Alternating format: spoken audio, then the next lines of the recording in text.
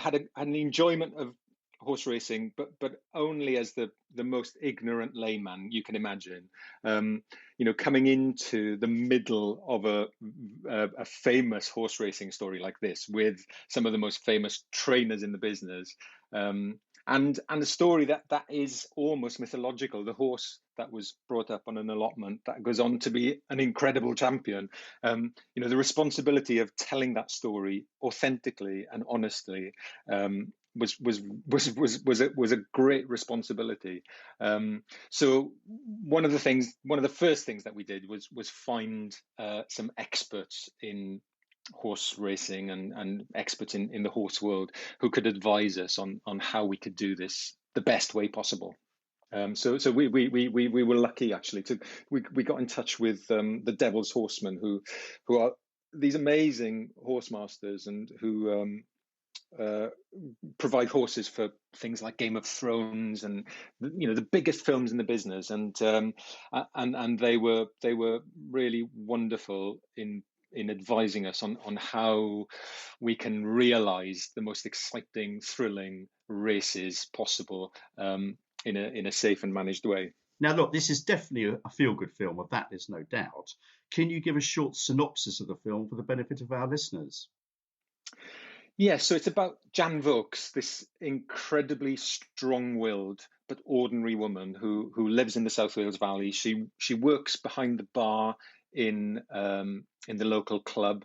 She also holds down a job in the supermarket, and she has this crazy dream of owning a racehorse. And everybody tells her that she's completely bonkers. There's no way on earth a woman of no means like her can possibly do this. But she's so strong-willed and determined, and she persuades everybody in the village to chip in £10 a month into the syndicate.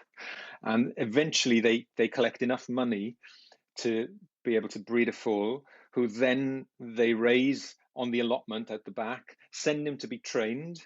And lo and behold, this horse turns out to be an incredible champion. So it's a proper underdog movie about characters who conquer adversity and do an amazing thing.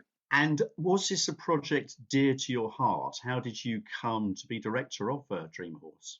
When Dream Alliance raced in the 2000s, when he won the Welsh Grand National, the story was all over the papers and the news here in Wales, and on the lips of everybody in pubs. Everybody was talking about it. It very quickly became the stuff of mythology, and so I was definitely aware of it.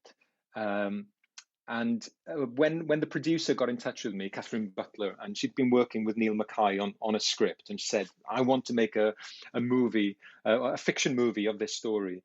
I leapt on it because it was a story about my neck of the woods, and also this incredible true story that if it wasn't true, you wouldn't believe it.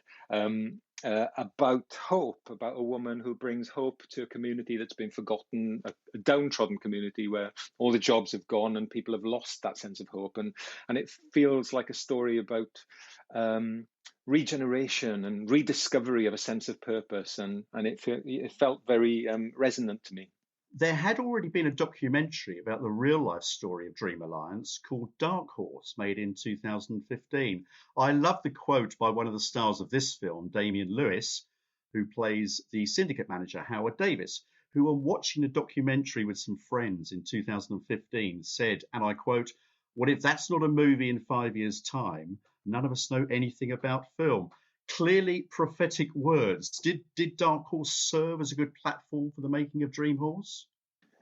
I mean, it's a beautiful, beautiful documentary, and I haven't seen it. I must watch it. I really must watch it. It's so lovely, and you get a real sense of the real people of Jan and Brian, the heroes of our story. You get such a great sense of their personalities and their souls from it. So I definitely watched that film and learnt about who these people were.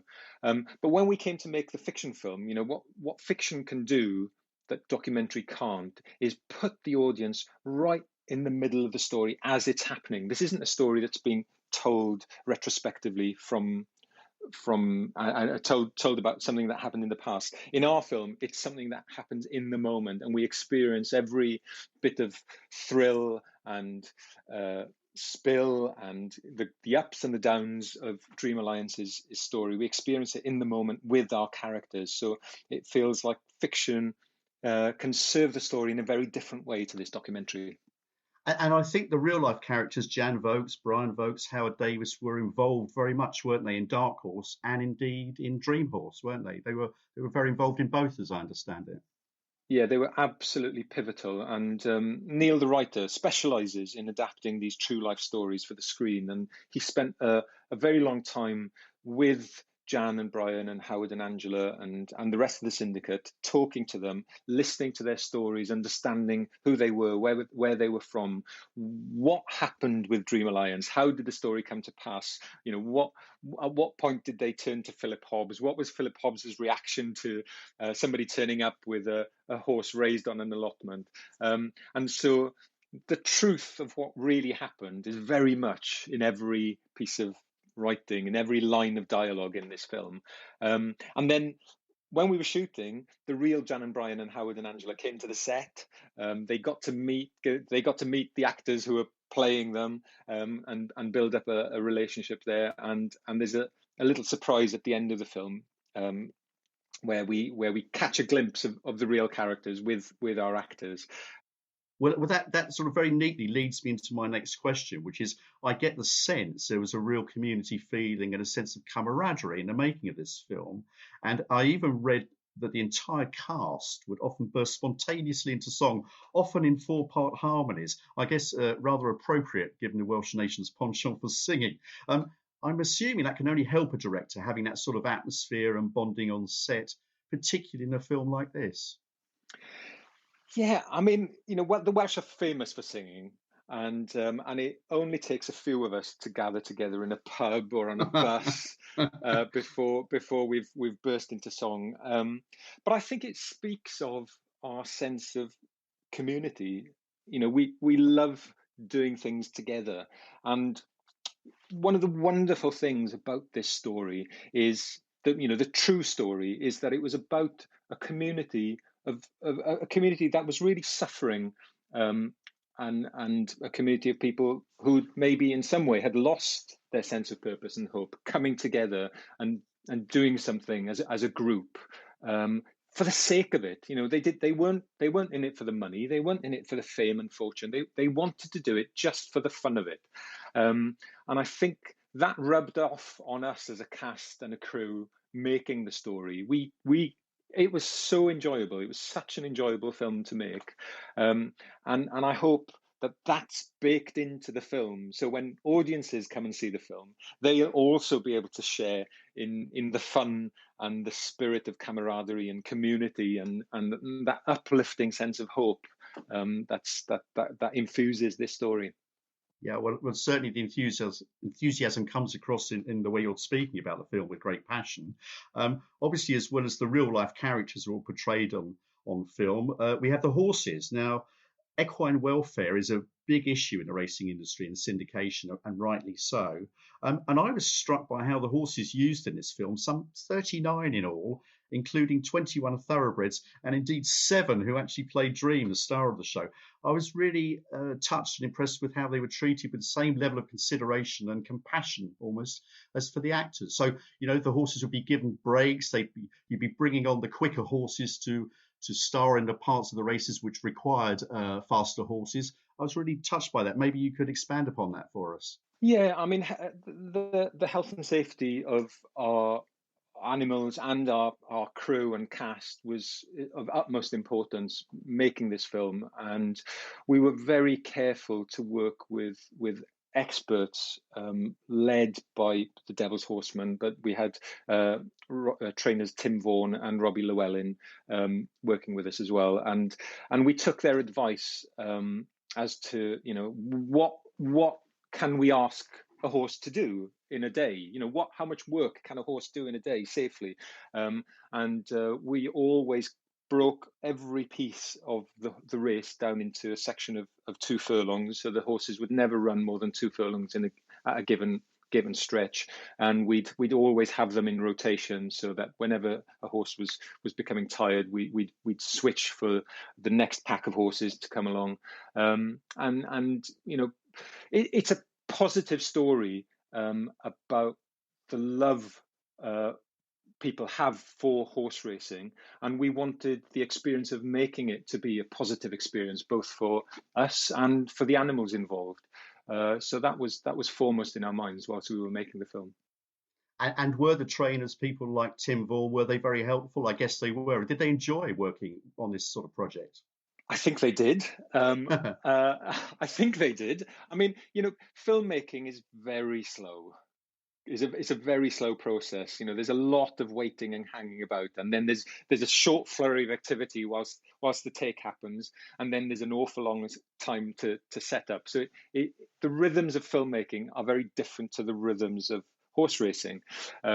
So I think they enjoyed the process. They definitely enjoyed the finished product, and when they came along to a cast and crew screening, they were utterly thrilled by what we've made, and they were invaluable, because they spent a long time training our horses, training them to be familiar with cameras so that the horses wouldn't be spooked by a camera. Or we had drones as part of our racing sequence. They were training the horses not to be scared of the drones and to get used to those. So they were absolutely instrumental to making the racing sequences the success that they are. Well, look, I've seen the trailer of the film. I can't wait to see the full film. I've got a lovely cinema in Berkhamsted where I live called the Rex, an independent Art Deco cinema, and I know that it'll be a film that James Hannaway, who runs the Rex, will want to show. Look, Euros, thank you so much for your time. It's been fascinating talking to you, getting a behind-the-scenes glimpse into the making of this film. I should just mention that Dream Horse opens on June the 4th. So, listeners, do go and watch Dream Horse. Euros, thank you so much for your time. Pleasure.